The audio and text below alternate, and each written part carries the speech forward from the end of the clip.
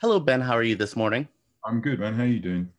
I'm very excited to speak with you about this film. I saw it at Sundance and have been hooked ever since. Now, I wanted to ask you, I like your horror films, but what got you into the horror genre? What were your early memories growing up? What memories of horror growing up, or memories?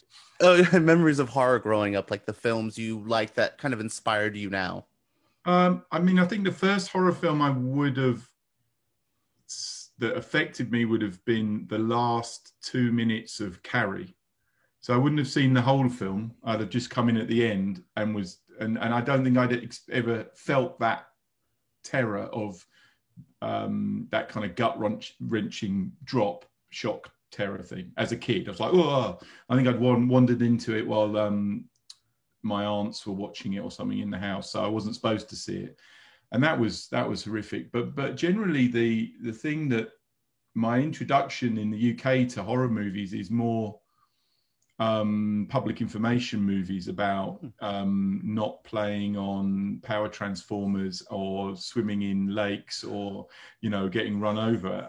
And I find them really, really horrific in a way that I don't think I've ever been as frightened of them as I have of a proper horror film.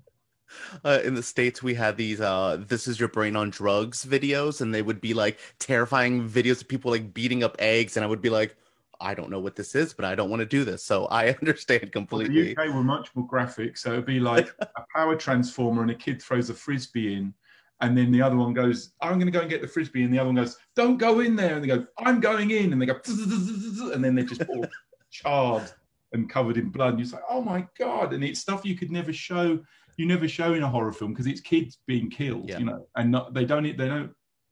There's no blinking away from it. They're just showing you it. It's just absolutely graphic, and they show them in school, to 12-year-olds. Well, good to know the UK PSAs are pretty graphic. Now, going back to one of my favorite films from you, it's a short film in ABCs of Death, which is Unearthed. You deal with the woods in that film. You also deal with the woods in the earth. What is your fear of the woods? Is that something that plays into what you enjoy? Because you seem to capture the terror really well.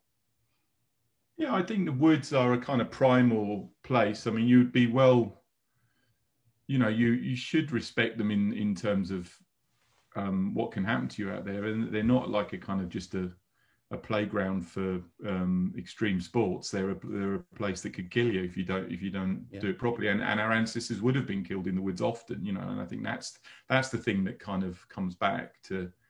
They're a little bit more tamed now in the UK, but in 300 years ago, it would have been dangerous. So I think it talks to your kind of the bits of your primal memory that um, that those places are risky for you.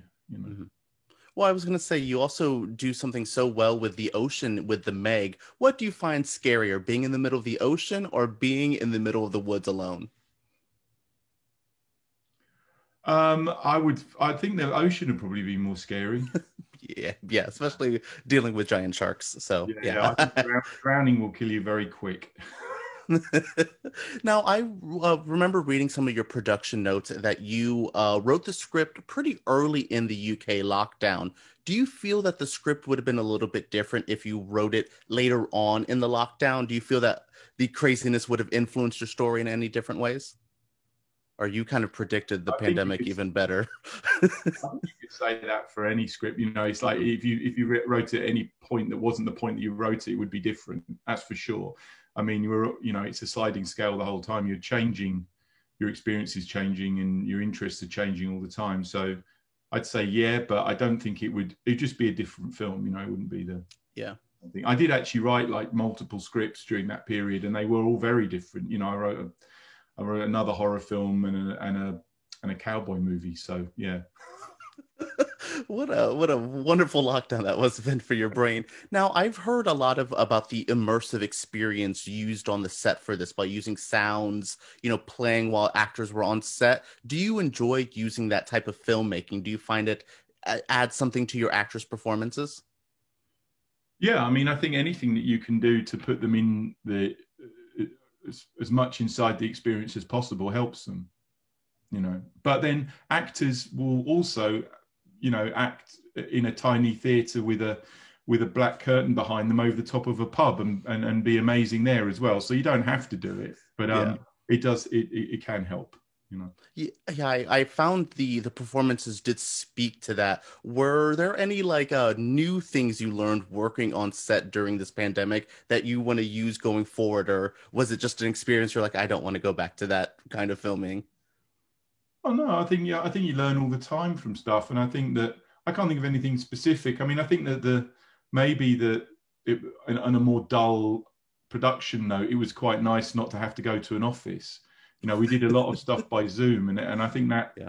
for low budget stuff, it kind of it speeds everything up. You know, you don't have to. You're not all trudging to one building and then and I think that's one of the main things that the pandemic has kind of blown away. This kind of idea that you can't do things down the line, you know, and it's important to be in the room with people. Well, is it? Not really. It didn't make any difference to us. Now, this film has a very trippy kind of atmosphere. Is there any like surreal or trippy films that helped influence this film? I'm a big Kenneth Anger fan, and I felt there was some of that in here. Yeah, well, I think I'm more like the Anthony Bouch end of the street, like Towers Open Fire. I think that's been a big influence on me over the years. I saw that when I was a student, and I kind of keep going back to that. Certainly that super fast cutting style, but yeah, I mean, there's something really free in the anger stuff, isn't there, that you don't really find anywhere else. I was just rewatching a load of Derek Jarman stuff as well. I rewatched The Garden the other day, and that's kind of it's that kind of freedom. I mean, in the Jarman stuff, it's more like film poetry, isn't it? Kind of, you know, you feel like Yes. he's painting rather than you know suffering under the tyranny of narrative. Well, your film has a very poetic quality to it as well. And I want to thank you so much for speaking with me today. I absolutely love In the Earth, and I cannot wait for other people to be as terrified as this movie as I was. Brilliant. Thank you so much. Thank you so much.